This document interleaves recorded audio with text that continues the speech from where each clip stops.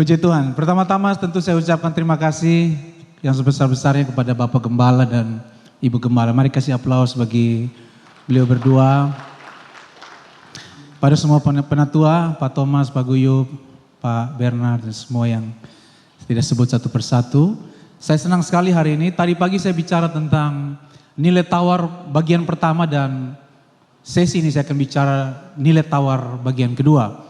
Tadi kita bedah tentang situasi Daniel dan hari ini kita berkesempatan untuk membedah kisah Daud. Saya bukan orang asing di tengah saudara karena sejak ibadah di Narisa saya sudah sering naik di mimbar ini dan di sini juga sudah beberapa kali. Dan hari ini saya diberikan kesempatan kembali oleh Tuhan Yesus melalui kedua hambanya. Saudara-saudara siap dengar firman? Amen. Ini saya pakai foto mimbar waktu khotbah yang lalu Pak. Ini masih mimbarnya Kupang Baru juga nih. Ada yang boleh saya tahu tadi pagi yang hadir? Boleh saya tahu ya? Angkat tangan yang pagi tadi hadir. Puji Tuhan.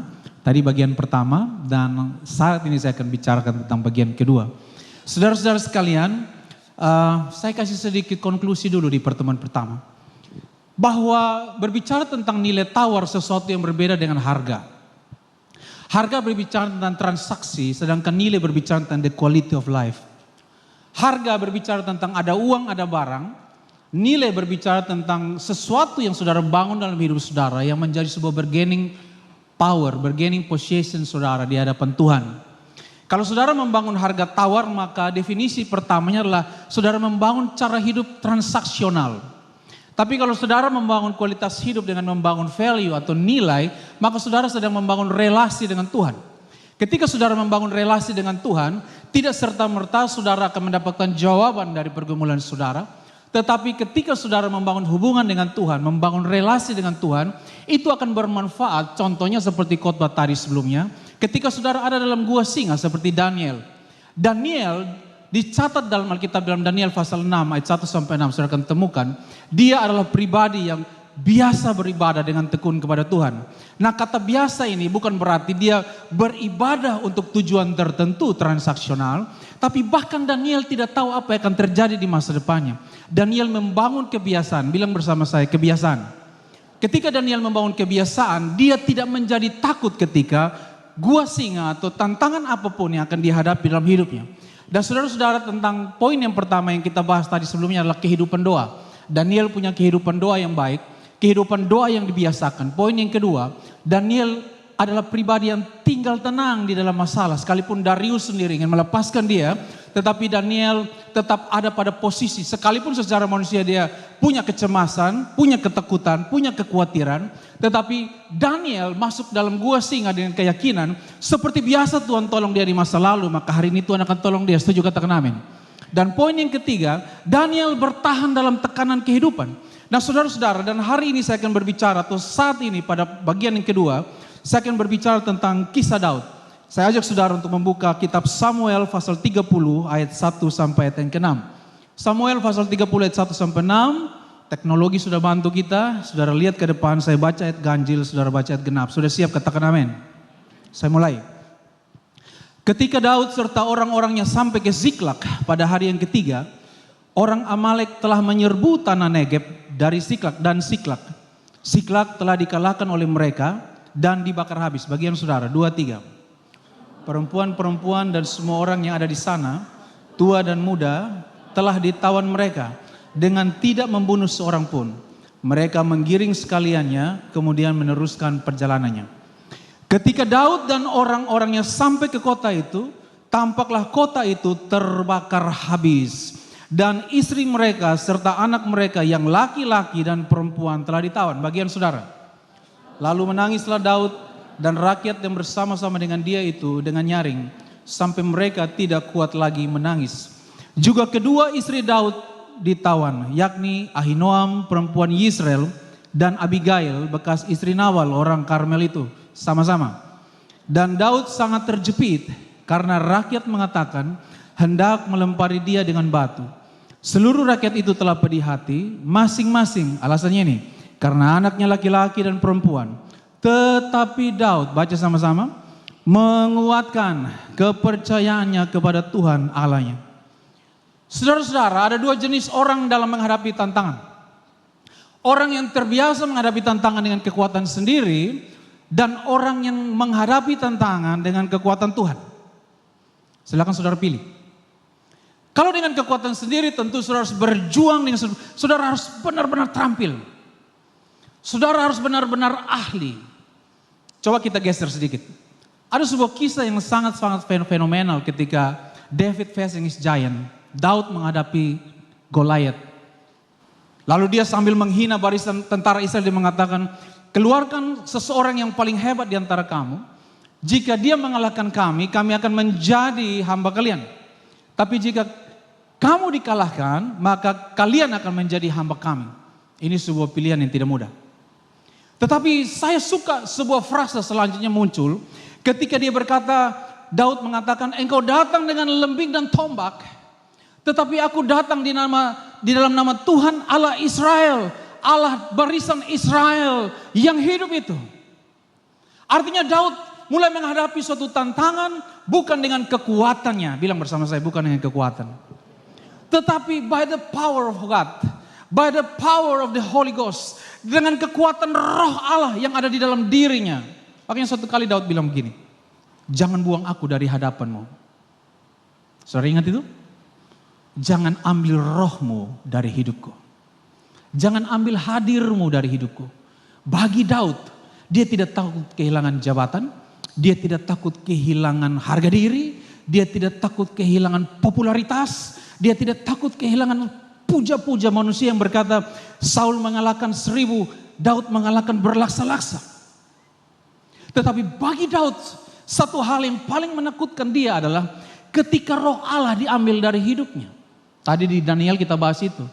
Ada 120 pejabat hebat di seantero negeri yang dipimpin oleh Raja Darius. Lalu dari 120 itu ada 3 yang lain menjadi wakil raja. Dan di antara 3 wakil raja, salah satunya adalah Daniel. Dan Daniel menjadi orang yang paling berpengaruh. Alasannya sederhana. Karena roh Allah ada dalam Daniel. Come on. Saya mau kasih tahu saudara. Roh Allah lah yang menjadikan saudara dan saya berhasil. Ketika Samuel selesai memberkati atau mengurapi Daud, pada suatu ketika pemilihan Raja Israel yang baru, dan ketika 7 anak Isai pertama sudah lewat dan tidak terpilih di dalam skenario pemilihan Raja baru itu, dan Tuhan memberikan sebuah clue, manusia melihat tampang dan rupa, aku melihat hati. Tetapi ketika Daud datang saudara-saudara, ketika Samuel menuangkan urapan itu kepada Daud, maka Alkitab mencatat begini, sejak hari dia diurapi, sejak hari itu juga berkuasalah roh Tuhan atas Daud. Apa poin daripada pemberitaan ini saudara-saudara? Saya ingin beritahu kepada saudara, Daud yang sekaliber dalam peperangan. Daud yang sehebat di dalam menghadapi tantangan, struggles, menghadapi musuh, menghadapi persoalan, menghadapi begitu banyak persoalan yang dihadapi, baik secara personal, baik secara komunitas, baik juga bersama dengan tentara-tentara yang berperang bersama dia. Tetapi kali ini, saudara-saudara, garis bawahi kata kali ini, Daud menghadapi tantangan yang berbeda. Kenapa? Karena ketika mereka pulang dari medan pertempuran, ketika mereka datang dari medan pertempuran, mereka mendapati suatu kenyataan bahwa di Ziklag itu, di tanah Negeb itu, semua orang-orang yang mereka cintai, istri mereka, anak mereka, semua yang mereka punya telah menjadi tawanan musuh. Ketika mereka pulang, mereka stres, mereka dalam depresi. Dan saudara tahu siapakah yang menjadi orang yang paling terhakimi dalam situasi itu dalam bacaan ini? Daudlah yang menjadi orang yang paling terhakimi. Karena Daud nikah dengan 2 perempuan. Lebih tepatnya dengan 2 perempuan, saudara-saudara. Oleh karena itu saudara-saudara, kalau mau supaya masalahnya semakin sedikit, jangan tambah istri, maksud saya begitu. Amin saudara-saudara. 1 setengah mati apalagi 2 saudara. 1 saja kita hadapi sudah sedikit stres saudara-saudara ya. Dia bisa ingat persoalan 23 tahun lalu hari Selasa jam 3 pagi kurang 5 menit. Dia bisa kasih tahu dengan begitu presisi. Apalagi 2. Saudara-saudara kalau saudara lihat di slide berikut. Saudara akan ketemu dengan sebuah visualisasi. Daud memang tidak dilempar. Tapi ini visualisasi saja. Karena dijelaskan di dalam pembacaan kita tadi bahwa Daud sedang menghadapi sebuah ancaman. Menghadapi sebuah realita. Tahukah saudara bahwa yang tidak pernah bisa dihindari dalam hidup ini adalah realita kehidupan. Amin. Tidak ada seorang pun yang bisa berlari dari realita kehidupan. Dan kali ini, garis bawahi kata kali ini, Daud menghadapi realita kehidupan yang tidak sederhana. Dia diancam atau sedang dinaikkan sebuah kesepakatan untuk hukuman dirajam dengan batu. Dan saudara tahu bahwa hukuman ini adalah hukuman yang paling jahat, paling keras di kalangan orang Israel ketika itu. Mari kita geser sedikit pada cerita yang lain. Seorang perempuan yang berzina, yang kedapatan berzina, dia harus dirajam dengan batu sampai mati. Kadang-kadang saya bertanya begini Bapak Ibu ya, dia kan tidak berzina dengan kambing dan domba kan? Dia tidak berzina juga dengan lembu dan dia berzina dengan laki-laki. Tapi dalam zaman patriarki, pada era patriarkal ketika itu, yang menjadi sorotan adalah perempuan. Dan Alkitab mencatat bahwa dia diancam dengan dirajam dengan batu sampai mati. Dan saudara tahu cerita itu, berakhirnya tidak jadi dirajam karena ada sebuah syarat yang Yesus katakan. Barang siapa di antara kamu yang tidak berbuat dosa, hendaklah dia pertama kali mengangkat batu dan merajam perempuan itu sampai mati. Dan ketika Yesus angkat kepala, dia lihat tidak ada seorang pun di sana. Dia bertanya pada perempuan ini, di manakah mereka? Mereka sudah pergi. Kalau begitu aku pun tidak menghukum engkau. Namun ada satu pesan yang saya bilang, kebebasan yang bertanggung jawab. Pergilah dengan bebas, tapi dengan bertanggung jawab. Jangan berbuat dosa lagi. Konsekuensinya seperti itu. Dia tidak jadi dirajam dengan batu sampai mati. Tapi ada yang jadi dirajam dengan batu sampai mati, yaitu Stefanus. Bukan karena perzinahan, tetapi karena dia mempertahankan imannya di hadapan Tuhan. Dia bercerita tentang Yesus yang dia banggakan. Dia berjumpa tentang encounter with Jesus di dalam hidupnya. Perjumpaan dengan Yesus mengubahkan kehidupannya. Dia cerita dari A sampai Z dengan begitu lugas. Tetapi ketika itu, orang-orang hebat ketika itu, mereka tidak bisa menerima situasi itu. Dan akhirnya dia melihat ke atas dan dia melihat pintu surga terbuka, anak manusia berdiri di sana. Dan dia dirajam dengan batu. Saulus yang disebut Paulus menjadi saksi hidup dari kematian seorang bernama Stefanus yang dirajam dengan batu sampai mati. Di dalam bagian yang lain, di dalam kisah perjanjian lama, muncullah sosok ini. Bukan karena dia berzina, bukan karena dia melakukan sebuah confession tentang imannya kepada Allah Yahweh yang besar, tetapi karena dia dianggap sebagai pemimpin yang tidak sanggup mengampu komunitasnya. Jadi pemimpin ini tidak gampang juga saudara-saudara. Berhasil jarang dipuji, gagal, tahu sendiri. Akuarium besar kehidupan para pemimpin. Dan kemarin waktu kelas pemuridan di gereja ada seorang pemimpin yang sudah dipulihkan Tuhan. Dia bersaksi karena saya biasanya kalau bikin pemuridan peserta, lalu ada observer duduk di sini. Observer ini penatua, diaken, ya kayak Pak Guyu begitu, kayak Pak Bernard, kayak Pak Thomas duduk di samping, memberikan observasi, memberikan respon kepada apa yang saya sampaikan. Lalu seorang berdiri dan berkata begini, dulu saya kurang hati dengan Bapak Gembala, ngomong sama kelas pemuridan ini. Saya sultan hati, dia kurang hati apa gitu ya. Karena sebagai pemimpin, saya pernah datang gereja terlambat. Lalu Bapak Gembala WA begini, Anda seorang pemimpin, layaklah Anda menjadi teladan. Dia tersinggung. Gereja bukan hanya di Kairos saja, gereja ada di banyak tempat.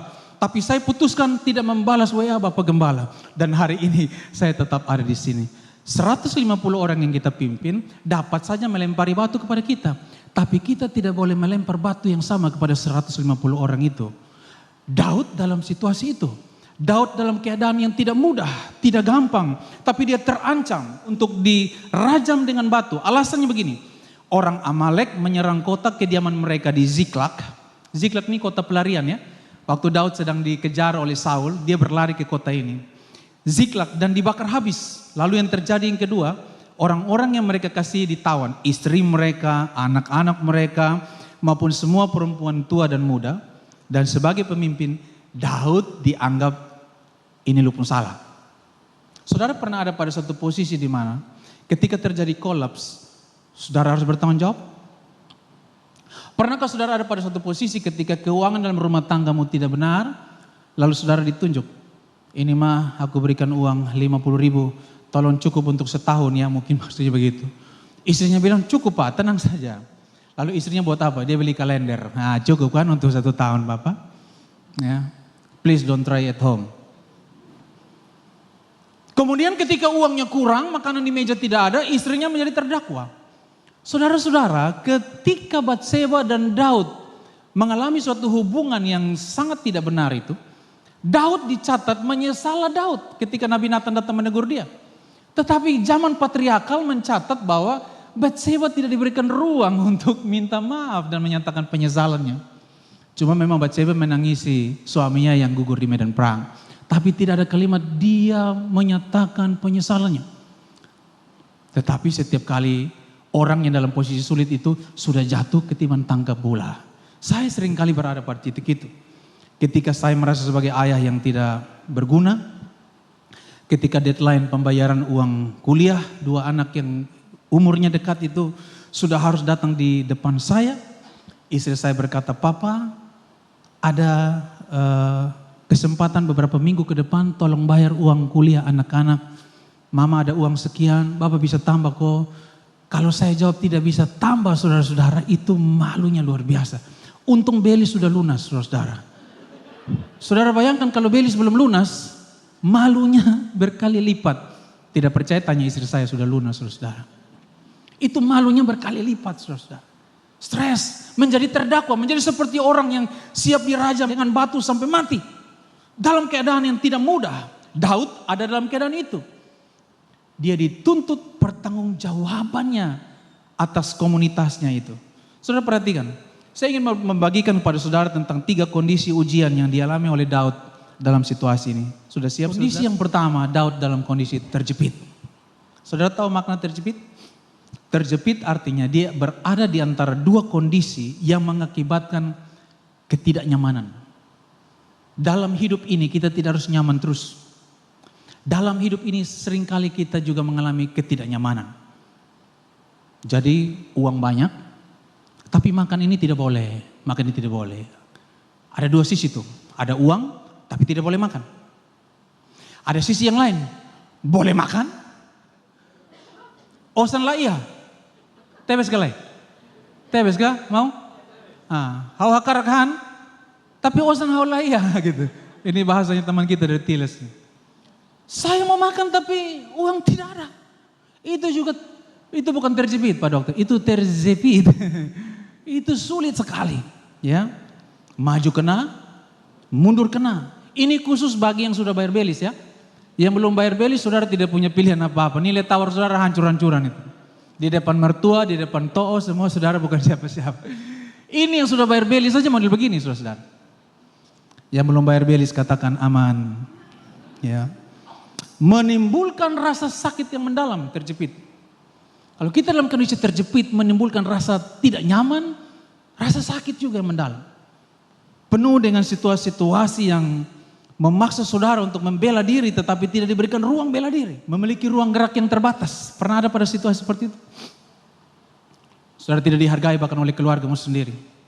Kalau saudara datang dengan motor Honda Revo, begitu sampai tepat waktu, langsung belakang saat ini piring kotor ada banyak ya. Tapi kalau saudara datang dengan Innova Reborn, walaupun terlambat, toh baru datang kok, mari duduk di muka. Bayangkan ini manusia dong nih. Saudara datang tepat waktu karena bawa Revo, karburator lagi belum sedia air. Saudara langsung ke belakang. Kenapa? Karena you are nothing. Saudara tidak dihargai dalam komunitas saudara. Jika saudara bukan seseorang, saudara datang pakai Xenix, saudara pakai Xenix yang hybrid itu, yang sabantar-sabantar pakai listrik, sabantar-sabantar pakai minyak. Saudara langsung duduk paling depan. Makan ditanya, toh makan nasi merah kok nasi kuning. Bayangkan. Atau nasi kitikata yang ada merah muda gitu. Toh mau 1 sendok kok 2 sendok, 1 sendok sah. Pakai sayur pakai. Daging babi kok daging babi. Karena no babi no party. Orang dari Laga, dari daerah istri saya bilang kenyuk. No fafi, no party. Kemudian toh ini tambah ini apa kok kurs garam kok. Oh tambah lu taruh. Karena orang timur biar mau makan seperti apa harus ada garam di atas meja. Padahal sudah asin ini makanan. Saudara pergi ke rumah orang timur pasti ada garam di situ. Tambah garam sedikit ya. Oke toh meminum kopi kok, kopi hitam kok. Kopi susu, kopi hitam. Pakai gula kok toh, pakai gula. Gula pasir kok, gula batu, gula batu. Tambah madu koto, tambah. Madu mana? Madu rote kok, madu amfuang. Yang madu pohon ko, yang madu batu. Bayangkan, ini Xenix pun gara-gara, saudara-saudara. Nah ini yang datang dengan Revo. Sabar, tau belum makan. Lu jangan coba-coba ambil, tau belum makan. Revo bilang, tahanlah dan berjuang. Lagu dua sahabat lama tuh. Dia menangis ada kondisi terjepit. Tidak ada orang hargai kita. Daud seorang raja pemimpin perang, tetapi dia pun bahkan tidak dihargai ketika itu. Daud tidak dihargai, Daud merasa seperti yang baik bosong sonai puji, yang gagal bosong tuntut beta harus dirajam dengan batu sampai mati. Dalam kondisi terjepit, ibarat makan buah simalakama, minum cawan atau melalukannya seperti Yesus bicara di Taman Getsemani. Kalau boleh biarlah cawan ini berlalu, tapi bukan kehendakku yang jadi, kehendakmu yang jadilah. Diperhadapkan kepada pilihan-pilihan yang sulit, Daud berada pada pilihan ini. Saya mau tanya saudara, berapa banyak saudara yang sedang duduk di ruangan gereja ini, yang sedang datang dengan pilihan-pilihan sulit dalam hidup saudara. Saudara sedang ada pada kondisi terjepit, mau lakukan ini tapi kekurangannya ini, mau lakukan yang ini tetapi hambatannya ini. Ada sebuah desire tapi juga ada sebuah struggles. Ada tantangan-tantangan tetapi juga ada kerinduan. Ada sebuah sebuah keberhasilan yang dicapai, tapi juga ada kegagalan yang seolah merenggut kebanggaan saudara terhadap keberhasilan itu. Saudara kuliah capek-capek, orang bilang kuliah di mana? Di kampus Ruko misalkan begitu. Padahal saudara berjuang sungguh-sungguh, bikin metode-metode penelitian yang baik, tapi orang malah underestimate kepada pencapaian saudara. Daud ada pada situasi itu. Saudara-saudara, tentu ini bukan situasi yang mudah. Daud merasa terjepit. Mari kita lihat kondisi yang kedua. Apa yang terjadi? Kondisi yang kedua adalah Daud menjadi pedih hati. Alkitab mencatat dengan sangat jelas di situ dalam bacaan kita. Bukan hanya bangsa itu yang pedih hati, Daud pun pedih hati karena merasa tidak dihargai. Merasa seperti perjuangannya sia-sia dan seterusnya. Daud tidak bisa membela diri dalam kondisi yang terjepit. Daud merasa pedih. Kondisinya pedih hati. Pedih hati pakai banget saudara-saudara. Mereka bahkan tidak tahu harus bagaimana menangis lagi. Istri mereka serta anak mereka yang laki-laki dan perempuan, baik tua maupun muda, ditawan. Bahkan termasuk istri Daud, Ahinoam, perempuan Yisrael, dan Abigail, bekas istri Nabal, orang Karmel itu. Saudara-saudara, izinkan saya cerita sebuah kisah. Seorang yang sangat terkenal, mungkin saudara pernah nonton filmnya, dia bernama Keanu Reeves. Keanu Reeves, dia membintangi film The Matrix, The Trilogy of Matrix. Dan singkat cerita dari film ini, Keanu Reeves mendapatkan upah dari film-film itu sejumlah kurang lebih 4 triliun rupiah. Banyak kok. Kami mau kasih selesai gereja saja belum selesai Pak Durgi. Kalau 4 triliun saya bukan bikin selesai gereja. Saya beli gereja Kupang baru saudara. Saya bilang Pak Dokter silakan pindah ke lahan lain. Saudara merasa senang beribadah di sini? Soalnya senang karena mana kok dingin model begini. Penampilan seperti begini. Saudara. Saya datang ke sini saya minder-minder juga Burita. Ya, tapi tidak, kita punya Tuhan yang besar. Nah ini perkataan terjepit saudara-saudara. Keanu Reeves ini kayanya luar biasa. Tetapi sekalipun dia kaya, dia membagikan sebagian dari dananya kepada kru-kru film yang membantu dia itu. Sutradara, orang-orang yang membantu, kameramen dan lain sebagainya itu. Karena sebuah alasan. Dia hidup lonely di dunia ini. Bukan hanya sedih, tapi pedih hati. Pedih hati yang level-level terakhir. Kenapa? Karena ayahnya meninggalkan dia ketika dia berumur 3 tahun. Lalu ketika dia bersama dengan ibunya pindah ke beberapa kota dan menikah lagi dengan laki-laki yang berbeda. Dia ikut dengan ibunya. Terus satu ketika dia berjumpa dengan kekasih tambatan hatinya. Singkat cerita mereka punya anak dari hasil hubungan mereka. Anaknya meninggal di hari di mana dia dilahirkan. Kemudian 1 tahun kemudian istrinya yang dia cintai ini sebagai satu-satunya pribadi yang sangat dikasih meninggal juga karena tabrakan kendaraan. Dia punya seorang sahabat yang sangat karib dengan dia meninggal karena overdosis drugs di tangannya sendiri. Di sisi yang lain dia punya adik kandung seorang penderita leukemia, kanker darah yang sudah tidak tertolong lagi. Keanu Reeves jangankan beli rumah, di dalam skenario yang saya nonton itu Bahkan dia bisa beli pulau kalau dia mau. Dia kaya sekali. Tetapi saudara tahukah saudara, ada bagian dari hidup kita yang bahkan hanya bisa diisi dengan nilai bukan dengan harga. Makanya membangun nilai tawar itu penting. Kalau berbicara tentang nominal, orang ini sangat hebat. Tadi di pertemuan kita sebelumnya saya bicara tentang Getulio Vargas, seorang presiden Brasil yang mati bunuh diri karena tekanan resesi di negaranya. Ada pribadi yang kedua namanya Marilyn Monroe, tahun 54 meninggal karena overdosis. Lalu dalam usia 50 tahun Michael Jackson meninggal dan peti jenazahnya disalut dengan emas 24 karat. Artinya bahwa harga itu memang penting dalam hidup kita, tetapi nilai yang membawa posisi kita kepada Tuhan. Harga berbicara tentang transaksi, nilai berbicara tentang relasi. Katakan bersama saya, harga bicara tentang transaksi, nilai bicara tentang relasi. Selama ada uang, ada barang, ada transaksi. Tetapi relasi hanya terjadi ketika saudara membangun hidup saudara secara intim. Untuk mencari Tuhan, bukan mencari apa yang ada di tangan Tuhan. Karena Daud tidak kekurangan apapun. Saudara bayangkan dalam satu kisah yang lain. Daud ini ketika dia bawa pulang tabut bait Allah dari rumah Obed-Edom.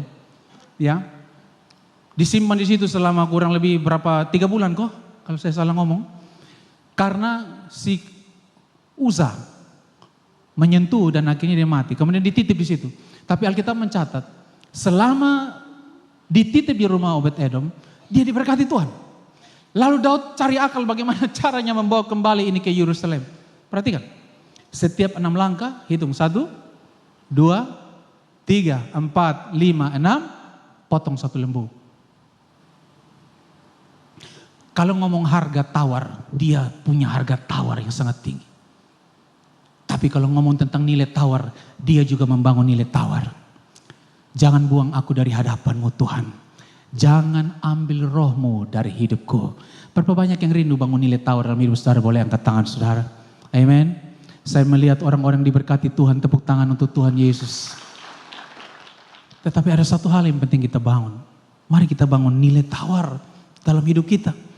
Supaya ketika kita dalam struggles, ketika kita dalam persoalan dan masalah, ketika kita dalam keadaan di mana tidak ada seorang pun yang mempedulikan kita, kita tetap bisa membangun relasi dengan Tuhan. Karena pada waktu tertentu, saya kira dokter akan bersepakat, berdoa sah, kiranya Tuhan menolong. Satu titik tertentu, spesialis apapun dokter itu, izinnya Pak Dokter, pasti hanya Tuhan yang memberi kesembuhan. Amin. Amin saudara. Maka kalau saudara punya uang sekalipun, saudara pergi ke Penang, saudara pergi ke China, saudara bisa transplantasi hati di sana, transplantasi sum-sum tulang belakang, transplantasi everything selama saudara punya uang, transaksional. Tetapi ada titik tertentu dalam hidup kita, bahkan dokter give up. Dokter bilang ini hanya mujizat yang bisa terjadi. Dan saat itu transaksi sudah tidak ada. Saat itu yang ada hanya relasi.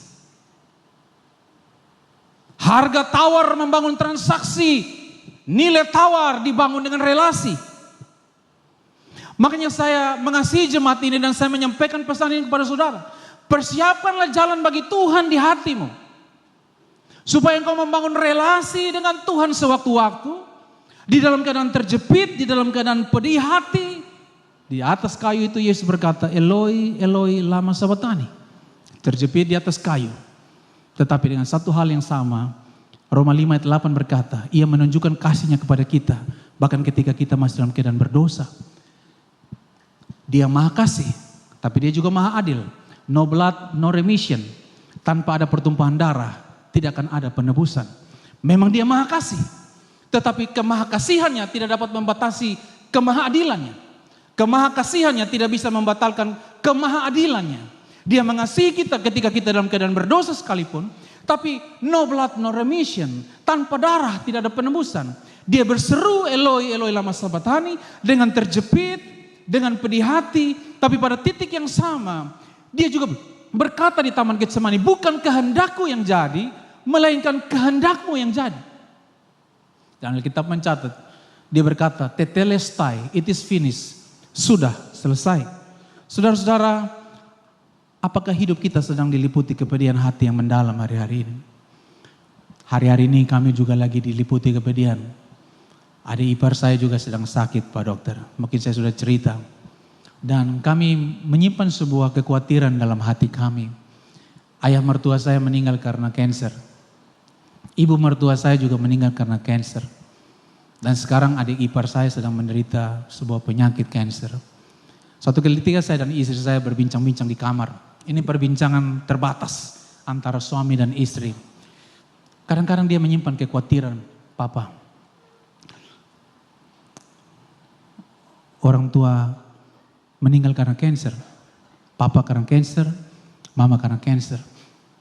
Sekarang adik saya juga kanker. Saya takut, kata istri saya. Saya walaupun gembala sidang, saya bilang pada istri saya, Mama, ketakutan itu manusiawi. Tetapi jangan sampai kita dikuasai rasa takut ya. Gua singa memang realita. Tetapi ada Tuhan di dalam gua singa. Tidak harus semua ketakutan kita menjadi kenyataan. Ada penelitiannya memang bahwa 93% kekhawatiran kita tidak terjadi. Yang terjadi hanya 7-8%. Dan dari 8% itu yang sungguh-sungguh terjadi seperti kekhawatiran kita hanya sekian persen saja dari 8%. Yang lain memang terjadi tetapi tidak seseram yang kita bayangkan. Saudara, kadang-kadang kita ada pada posisi itu. Kami berdoa dan seterusnya. Lalu saya bilang kepada adik-adik ipar saya, istri saya anak tertua, saya bilang kepada mereka, ayo kita ambil waktu yuk seperti Daniel, doa dibiasakan 1 hari 3 kali. Lalu kami berdoa sama-sama, ada yang adik-adik dari istrinya, adik-adik dari istri saya, kemudian kita bersatu lewat video call, kita tentukan jamnya, jam 5 pagi, jam 12 siang, dan kemudian nanti jam 6 sore. Kita lihat video call, kita berdoa, berpuasa. Dan Pak Dokter, nanti saya juga mau konsultasi. Ketika lewat beberapa hari setelah kami berpuasa, tentu ada transaksinya dengan pertolongan dokter, tapi juga ada relasinya dengan pertolongan Tuhan. Bicara, kemudian dokter yang menangani, dia bilang begini, hasil lab dengan kondisi real secara fisik kok agak beda ya. Coba kita lakukan BMP sekali lagi untuk ngambil dari sum-sum itu, untuk memastikan apakah ini tipenya seperti yang, saya jangan sebut nama tipenya dari sini. Tipenya seperti yang kita prediksi tadi ya. Saudara-saudara, bagi saya, dokter bingung saja itu prestasi sebagai seorang hamba Tuhan. Saya tidak mencoba melecehkan para dokter, tapi bagi saya, dokter melakukan tugasnya secara transaksional dengan ilmu yang mereka miliki. Anak saya juga calon dokter, Pak. Tetapi sebagai hamba Tuhan, secara relasional kita harus berdiri di hadapan Tuhan kita. Katakan amin. Kita harus mempertahankan iman kita di hadapan Tuhan. Bahwa tidak ada perkara yang mustahil bagi Tuhan. Daud dalam keadaan pedih hati. Saudara, kembali pada kisah ini. Daud dalam suatu tekanan yang sangat berat.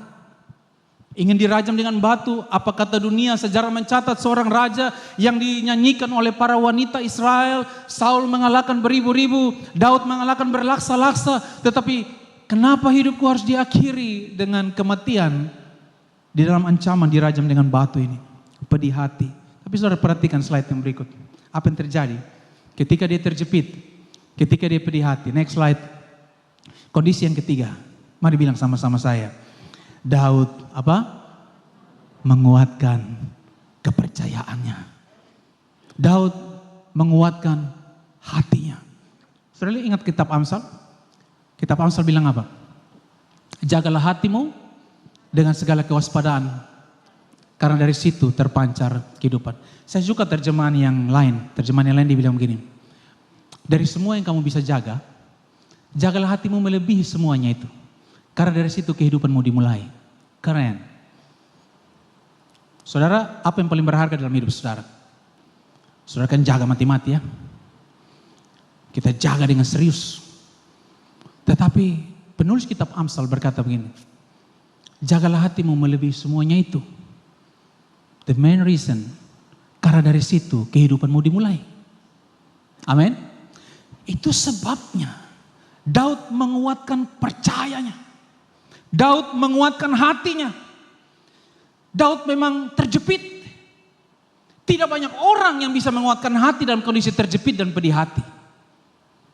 Dalam situasi tertentu, saudaraku, saya sebagai seorang ayah, sebagai seorang suami, saya lihat wajah saya di kaca.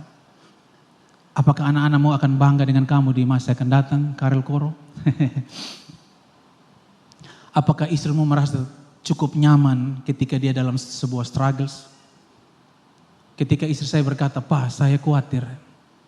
Papa dan mama saya meninggal karena cancer." Saya bahkan tidak bisa memberi kepastian apa-apa pada dia.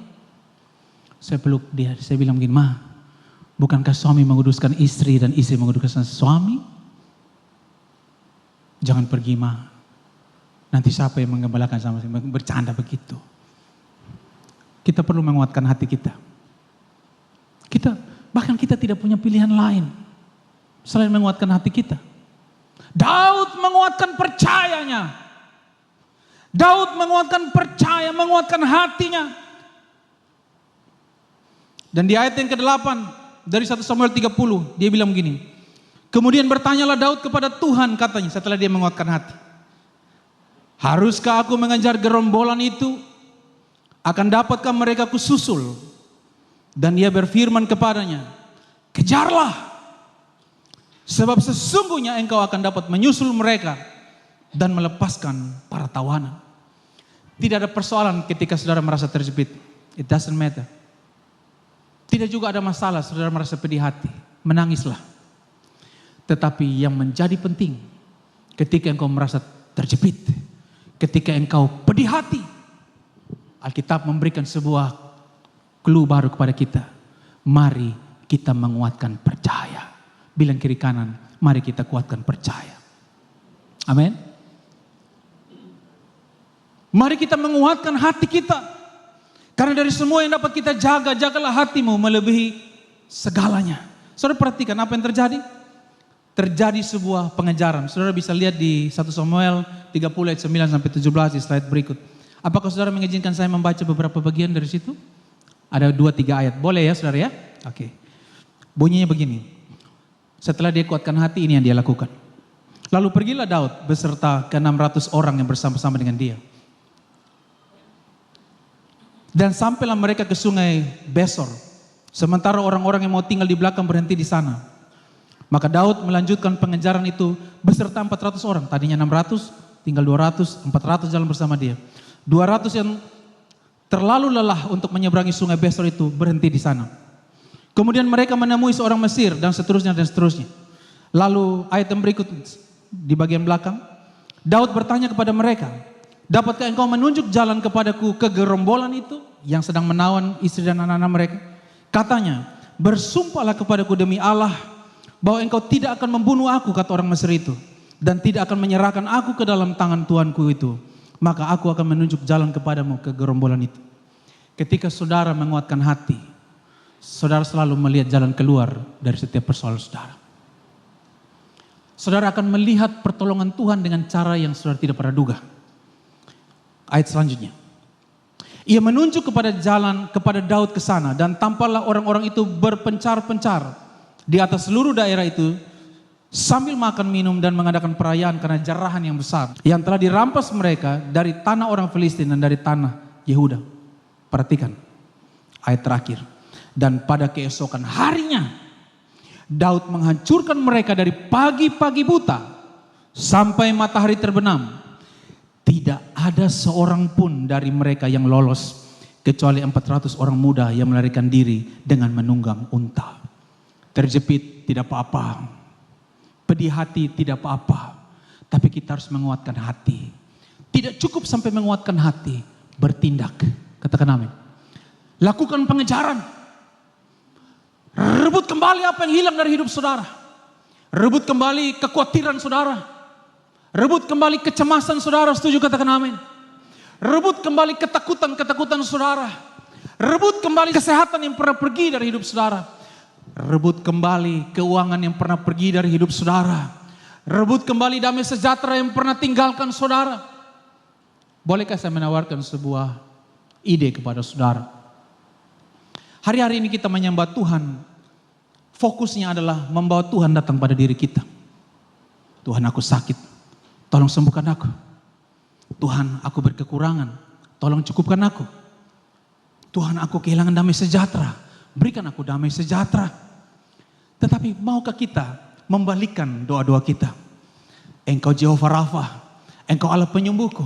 Aku percaya tidak ada penyakit yang bertahan di dalam Engkau. Engkau Jehovah Shalom, Engkau Allah sumber damai sejahtera. Aku percaya damai sejahtera akan bertambah-tambah di dalam Engkau. Engkau Jehovah Nisi, panji-panji keselamatan. Aku percaya pertempuran ini akan dimenangkan karena Tuhan berperang bagiku. Saudara mulai ucapkan sesuatu bukan berpusat kepada kelemahan saudara, tetapi mulai berpusat kepada Allah yang besar dan berkuasa. Saudara mulai bawa hidup saudara bukan kepada kelemahan-kelemahanmu, tetapi engkau mulai bawa hidupmu untuk melihat Engkau Jehovah Rafa, Jehovah Jireh, Allah yang kaya. Engkau sanggup membuat yang tidak ada menjadi ada karena Engkau Allah yang berkuasa. Ketimbang saudara minta-minta kepada Tuhan, berikan aku kesembuhan, berikan aku uang, berikan aku damai sejahtera, berperanglah bagiku. Kenapa saudara tidak membalikkan situasinya? Aku percaya Engkau Jehovah Nisi, Jehovah Jireh, Jehovah Shalom, haleluya, Jehovah Rafa. Ketika saudara membalikkan situasinya, saudara tidak minta Tuhan menangisi saudara, saudara menangisi dirimu. You cry out before the God. Kemudian saudara datang kepada Tuhan, saudara angkat tangan saudara, saudara mulai menyanjung Tuhan. Ku sanjung Kau di tempat tinggi. Ketika saudara menyanjung Tuhan, Tuhan berdaulat dan menjawab doa-doa saudara. Bilang bersama saya, lakukan pengejaran. Tepuk tangan yang meriah bagi Tuhan kita, haleluya. Dan apa hasil dari pengejaran itu saudara-saudara? Apa hasil dari pengejaran itu? Mari kita baca ayat yang ke-19. Tidak ada yang hilang dari mereka. Baca dengan suara keras. Dari hal yang kecil sampai yang besar, sampai anak laki-laki dan anak perempuan, dan dari jarahan sampai segala sesuatu yang telah dirampas mereka. Semuanya itu, garis bawahi kata semuanya itu, 1, 2, 3, semuanya. Boleh ngomong sekali lagi? Alkitab tidak sembarang menulis. Dia tidak tulis 3/4, dia tidak tulis sebagian, dia menulis semuanya. Say amen. Katakan amen. Semuanya itu dibawa Daud kembali. Apa yang pernah hilang dari hidupmu? Apa yang pernah hilang dari hidupmu? Kesehatankah? Keuangankah? Asetkah? Atau mungkin ada seorang anak yang Tuhan beri dan Tuhan ambil lagi dari saudara. Masih ingat kisah Ayub? Tuhan membalikkan berlipat kali ganda. Semua yang hilang Tuhan kembalikan. Bukan hanya kembalikan, tetapi dilipat gandakan oleh Tuhan. Tapi begini ya, saya tidak mau ajar saudara transaksi dengan Tuhan. Itu transaksi. Tapi kalau relasi, dia bukan hanya kembali, tapi dia kembali berlipat-lipat kali ganda. Bilang sama-sama saya, itu Tuhan saya. Boleh kasih tepuk tangan yang meriah bagi dia. Haleluya. Saudara bangga punya Tuhan seperti dia? Mau bangun harga tawar atau nilai tawar? Kerjalah sungguh-sungguh, kumpulkan uang. Beli aset jika mampu. Mau Bitcoin, mau emas murni, mau apapun saudara bisa lakukan. Obligasi, saham, saya belajar Ibu Gembala. Lakukan. Tetapi jangan taruh rasa amanmu kepada semua itu. Itu transaksional. Bangun yang relasional. Yang nengat dan karat tidak bisa mengambilnya. Say amen. Bilang sama-sama saya. Menguatkan hati bukan kewajiban saya. Menguatkan hati kebutuhan saya. Rubahlah kewajiban menjadi kebutuhan. Jangan hidup kepada fase transaksional atau regulasi, tapi hiduplah di fase relasional. Mau gua singa kek, mau sakit perdarahan 12 tahun kek, mau dirajam dengan batu sampai mati kek, selama ada Yesus dalam hidup kita, bukan hanya dapat kembali, semuanya dikembalikan kepada kita. Saudara bersyukur yang firman Tuhan sampai di sini? Amin. Amin. Bilang sama-sama saya, nilai tawar. Nilai tawar. Tadi pagi kita ngomong tentang Daniel, sekarang kita ngomong tentang Daud. Bangunlah nilai tawar dalam hidup. Jika cara berpikirmu luas, duniamu ikut luas. Jika cara berpikirmu sempit, duniamu akan sempit. The quality of your mind determine the quality of your life. Kualitas berpikir kita, kualitas hati kita menentukan kualitas hidup kita. Say amen. Mari kita lihat kesimpulan khotbah saya. 3 kondisi yang dialami oleh Daud. Kondisi yang pertama apa? Terjepit. Ada yang dalam keadaan terjepit? Yang kedua, pedih hati. Ada yang pedih hati? Bilang kiri kanan, jangan berhenti di situ. Yang ketiga, apa? Menguatkan hati. Tidak mudah, tidak semudah saudara mendengarkan khotbah ini. Tetapi jauh lebih tidak mudah jika saudara tidak kuatkan hati saudara. Tidak mudah menguatkan hati, tapi jauh lebih tidak mudah kalau saudara tidak berusaha untuk menguatkan hati saudara. Dan setelah menguatkan hati, lakukan pengejaran. Di dalam pengejaran saudara bertindak dengan iman. Saudara pisteu kepada Tuhan, percaya pada Tuhan. Tuhan membawa kembali apa yang hilang dari hidup saudara. GBI Kupang Baru, Tuhan Yesus memberkati. Amin buat firman Tuhan. Shalom. Hidup kami adalah penyembahan Tuhan. Kami mau seperti Daud yang suka menyembah Tuhan. Jangan ambil hadir-Mu dari hidupku Tuhan. Jangan buang aku dari hadapan-Mu. Ku tahu hidupku. Saudara tidak keberatan bangkit berdiri? Adalah penyembahan. Kau ciptakanku Tuhan. Kau ciptakanku dalam kemuliaan-Mu. Ku tahu Tuhan, ku tahu hidupku berharga. Mari angkat tangan sama-sama. Mari angkat tanganmu dan sembah Dia. Haleluya. Segenap hidupku